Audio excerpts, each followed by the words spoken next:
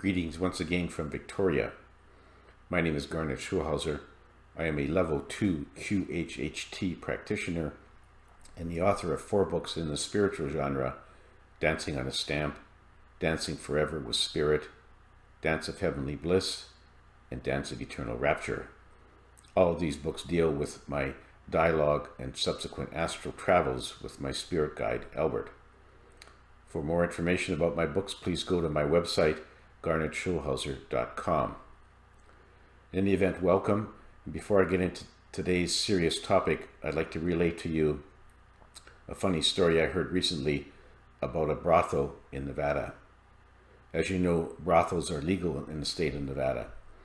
So on this one particular day in a brothel not far out of town, there was a knock on the door, and the madam opened the door, and there was standing a frail, elderly-looking gentleman. And the madame says, "How can I help you?" And the man says, "I want Natalie." And the madame said, "Well, sir, you know, Natalie is one of our more expensive ladies, and you might want to try someone more reasonable." But no, the man said, "I must have Natalie." So Natalie soon appeared, and she said, "You know, my rate is $1,000. Are you sure you want to go through with this?" He nodded his head, and he handed her 10 $100 bills. So the two of them disappeared off into her room. About an hour later, out he emerged with a big smile on his face, and he left the brothel. The next night, there was a knock on the door, and there again was the same frail old man. He came in, and he said, "I want Natalie." And the madame said, "You know, it's very unusual for a customer to come back 2 nights in a row. Are you sure you want to do Natalie, or can we offer you somebody else?" He said, "No, I want Natalie." So Natalie appeared, and he once again handed her 10 $100 bills. And the two of them disappear off into her room. About an hour later, he emerges once again with a smile on his face, and he leaves the brothel. The very next night, there's a knock on the door, and the frail elderly man is there. He walks in, and he says, "I want Natalie." So Natalie comes to him and says, "You know, it's unusual to have somebody come here so often, and my rate is $1,000. There are no discounts for repeat customers." The old man says, "No problem," and he hands her 10 $100 bills, and the two of them disappear once again into her room. Well, when the hour is finished, Natalie says, "You know, I've never had a single customer come back 3 nights in a row, so I'm curious about you. Where are you from?" The man says, "Philadelphia." And Natalie says, "Oh, I have family in Philadelphia." And the man says, "I know. You see, your father died, and I'm your sister's attorney, and she asked me to give you the $3,000. Well, that is certainly a different way of delivering someone's inheritance. But now on to a more serious topic. As many of you know, the first part of a hypnotic trance in a QHHT session takes a client back to a past life. The past life is chosen for them by their higher self, and so we have no idea where the client is going when this happens. The past lives the client can go to could be human lives on planet Earth, or they could even be in alien life forms on planets many distant years from the Earth. In my experience, most of the time, the past lives the clients go to are very ordinary, mundane lives as humans on Earth, where nothing extraordinary or exciting happens. These are lives that Dolores Cannon, who developed and perfected the QHHT method, often referred to as potato digging lives. And the truth of the matter is that the majority of the past lives that QHHT practitioners encounter are very similar to this.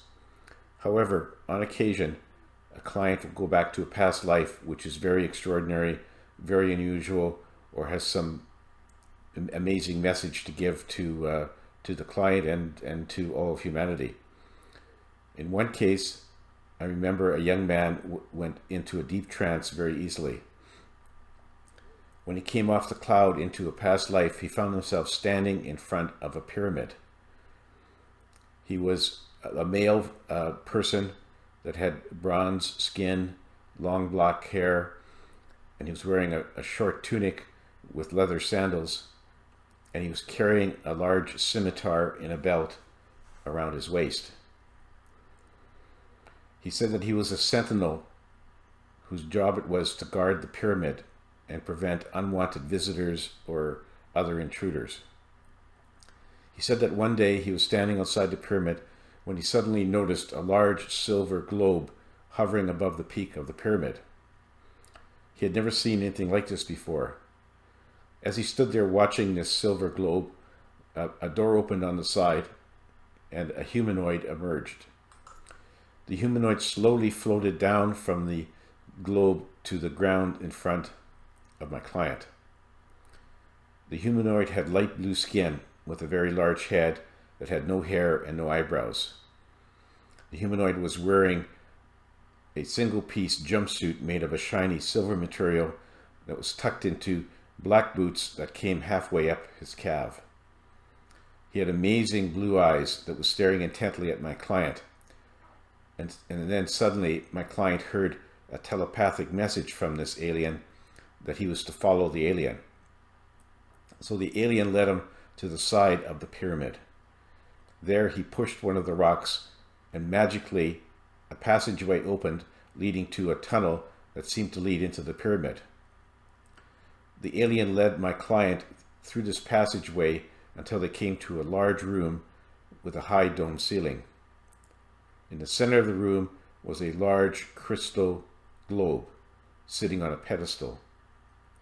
The alien went up to the globe and placed his hands on it, whereupon it emitted a blue hue and a low hum, much like you might hear from an electrical transformer.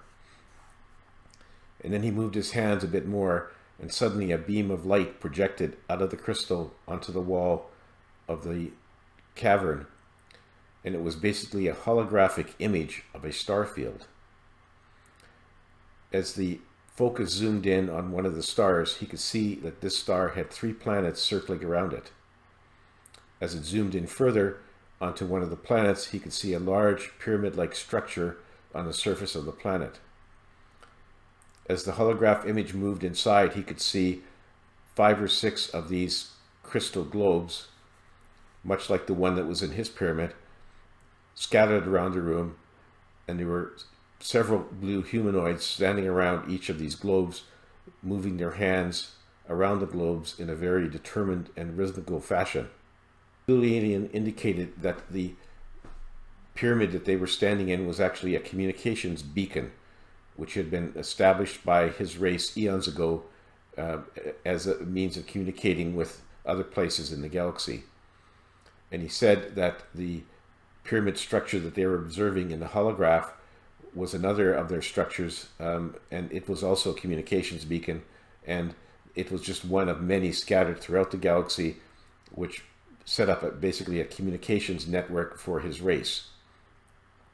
Then the blue alien offered to teach my client how to operate the communications device. But after listening to him for quite a while, my client just shook his head and said that he could not comprehend the instructions, and as a result, he never did learn how to operate the communications device. After a while, the blue alien just gave up and said, you know, he's going to come back at some point in the future when humans have the intellectual capacity to understand how to operate the communications device.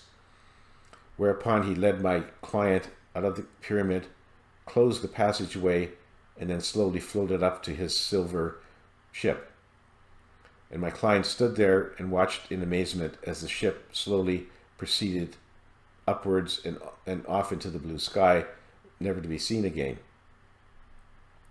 But the alien had told him that he would someday come back when the time was appropriate to teach humans how to use the communications device.